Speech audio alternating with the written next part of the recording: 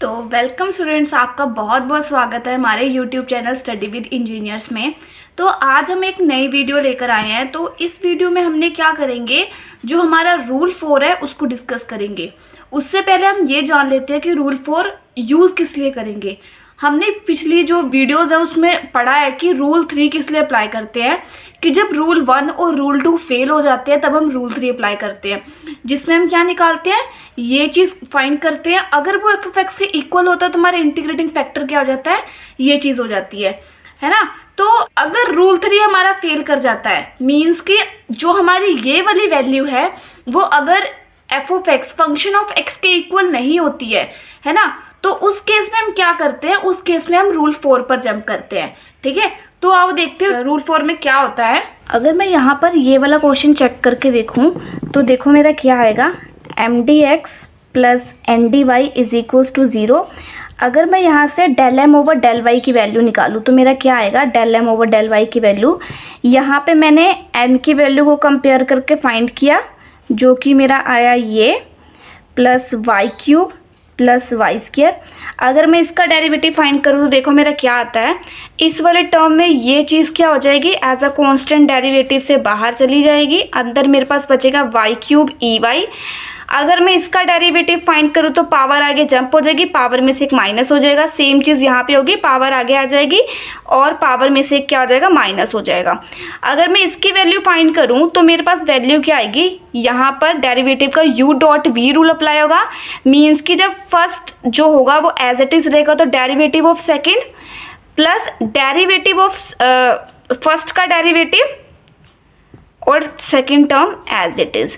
ठीक है, तो ये मेरा आ जाएगा del M over del Y की वैल्यू। अगर मैं यहाँ से फटाफट del N over del x की वैल्यू आपको फाइंड करके दिखाऊं तो मेरी del N over del x की वैल्यू क्या आएगी, ज़रा वैल्यू देखो, x cube y cube e raise to power y minus x y. अगर मैं इसका डेरिवेटिव फाइंड करूँ तो मेरी वाई वाली टर्म क्या होगी, एज अ कांस्टेंट डेरिवेटिव से बाहर चली जाएगी, और एक्स क्यूब का अगर मैं डेरिवेटिव करूँ तो मेरे पास आएगा 3x स्क्वायर। सिंपल। अगर मैं यहाँ से डेरिवेटिव करूँ तो y as a constant derivative से बाहर चले गया और डेरिवेटिव x का विद रिस्पेक्ट टू x क्या हो जाएगा, 1। तो मेरे पास कुछ ये वैल्यू आएगी। अब मैंने del M over del Y की value, del N over del x की वैल्यू निकाल ली है, तो इसको फटाफट हम किस में पुट करके देखेंगे, ज़रा चेक करो। इसको हम अपने रूल 3 में पुट करके देखेंगे। तो जो हमारी वैल्यू आई है उसको मैं इसमें पुट करके दिखाती हूँ आपको कि मेरा जो फंक्शन है वो किस टर्म में आता है। ठीक है, मैंने यहाँ पर क्या किया है, अपनी वैल्यू को पुट करके चेक किया है, जो कि दूर दूर तक फंक्शन ऑफ एक्स तो आ ही नहीं रहा है ना। तो हम क्या करेंगे, यहाँ पर क्या हुआ, हमारा रूल 3 क्या हो गया, फेल हो गया। तो हम कहाँ पर जंप करेंगे, अपना रूल 4 पर जंप करेंगे। तो देखो रूल 4 क्या बोलता है, अगर हमारा ये वाला रूल फेल कर जाता है तो हम रूल 4 पर आते हैं। तो रूल 4 क्या बोलता है, अगर हमारा जो ये वाली टर्म है, अगर फंक्शन ऑफ वाई हो तो हमारा इंटीग्रेटिंग फैक्टर क्या हो जाता है, E raise to power integration of F of I. Same इसकी तरह है, बट कुछ चीज़ें चेंज है, सिमिलरिटीज़ बहुत ज़्यादा हैं बट कुछ चीज़ें चेंज हैं। ठीक है, तो हम जो हमारा क्वेश्चन था उसको रूल 4 से सॉल्व करके चेक करते हैं कि हमारा क्या आता है। ठीक है, अब जिस तरीके से हमने यहाँ पर रूल 3 की वैल्यू में पुट करके देखा था, उसी तरीके से मैंने यहाँ पर रूल 4 की वैल्यू में भी पुट कर लिया है इसको। और हमें चेक करना है कि हमारा ये फंक्शन x की टर्म में आता है कि y की टर्म में आता है। ये रूल 4 है, अगर हमारा जो आंसर आएगा वो y के टर्म में आएगा, मतलब फंक्शन ऑफ y होगा, तो हमारा सीधा सीधा इंटीग्रेटिंग फैक्टर क्या हो जाएगा, E raise to power integration of F of X हो जाएगा।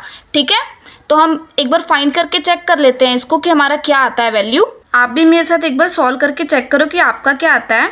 अगर हम इसको फटाफट से सिंप्लीफाई करके चेक कर लें तो देखो हमारा क्या आता है, 3x square Y cube E Y minus minus plus minus का minus, 3 3 9 X square Y square ई वाई प्लस माइनस का minus 3y square minus 2y over, यहाँ पे क्या आया हमारा, चेक करो, 3x square Y cube E Y plus Y cube plus Y square. यहाँ से हमारी ये वाली टर्म कैंसिल हो रही है, तो देखो हमारे पास क्या आया, minus of y x square Y square E Y minus 3y square minus 2y over 3x² y² EY plus y³ plus y²। थोड़ा सा और वैल्यू आगे फाइंड करके चेक कर लेते हैं क्या आता है हमारा। तो यहाँ से आएगा हमारा x² y² EY 3y² minus minus का प्लस, तो 3y over 3x² y³ EY plus y³ plus y²। यहाँ से हम नेगेटिव का साइन और 3 अगर कॉमन ले लें तो देखो हमारे पास क्या बचेगा। हमारे पास बचेगा x² y² EY minus y² plus का y² प्लस का y।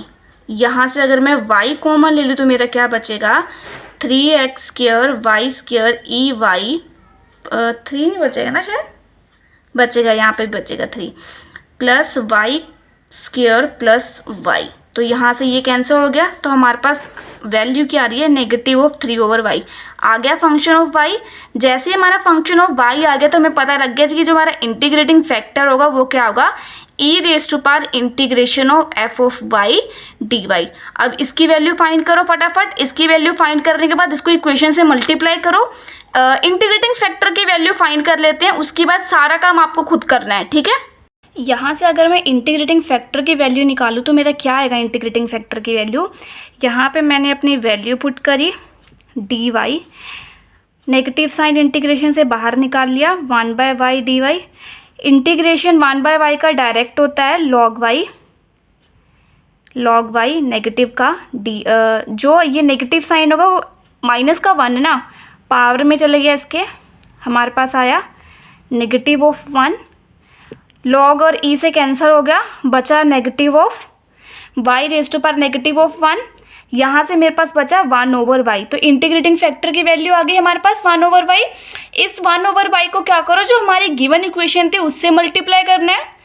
उससे मल्टीप्लाई करके जो हमारी इक्वेशन होगी वो एग्जैक्ट बन चुकी होगी, चेक करके देख लेना। उसके बाद हमने क्या फाइंड करना है, सोल्यूशन फाइंड करना है हमारा, ठीक है। तो सोल्यूशन फाइंड करना, एग्जैक्ट प्रूफ करना मीन्स कि पहले इसको मल्टीप्लाई करके देखना है अपनी इक्वेशन से, उसके बाद del m over del y को del n over del x के इक्वल प्रूफ करके चेक करो एग्जैक्ट है या नहीं। उसके बाद सोल्यूशन फाइंड करो, इंटीग्रेशन ऑफ m dx जिसमें y कांस्टेंट होता है वैसा फाइंड करके, ठीक है। और निकाल के देखो, अगर कोई दिक्कत आती है तो कमेंट बॉक्स में बताओ, हम उसको पर्टिकुलरली मतलब अलग से सॉल्व करके दे देंगे आपको। बट ये आपका होमवर्क है कि आपको सॉल्व करके दिखाना है, ठीक है। क्योंकि इतनी वीडियो से हम सेम चीज़ करते आ रहे हैं, एग्जैक्ट फाइंड करते हैं, सोल्यूशन फाइंड करते हैं। तो इस बार आप लोग ट्राई करके देखो, ठीक है। तो आज के लिए इतना ही। रूल 4 यहाँ पे ख़त्म होता है। कल की वीडियो में हम क्वेश्चन डिस्कस कर लेंगे या तो रूल 5 डिस्कस कर लेंगे। अब बहुत ही थोड़ा काम रह गया एग्जैक्ट डिफरेंशियल इक्वेशन का, बहुत ज़्यादा थोड़ा काम है ना, बस एक रूल रह गया, उसके बाद ये चैप्टर भी ख़त्म है। तो आज के लिए इतना ही। Thank you.